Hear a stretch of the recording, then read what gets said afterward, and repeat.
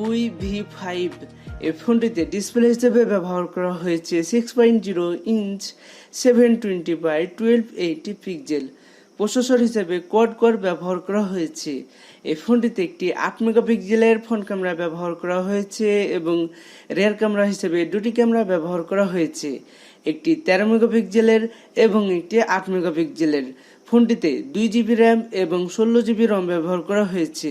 এই ফোনটিতে Android operating system হিসেবে অ্যান্ড্রয়েড 8.1 এবং ব্যাটারি ক্যাপাসিটি হিসেবে 3400 mAh এর একটি ব্যাটারি ব্যবহার করা হয়েছে।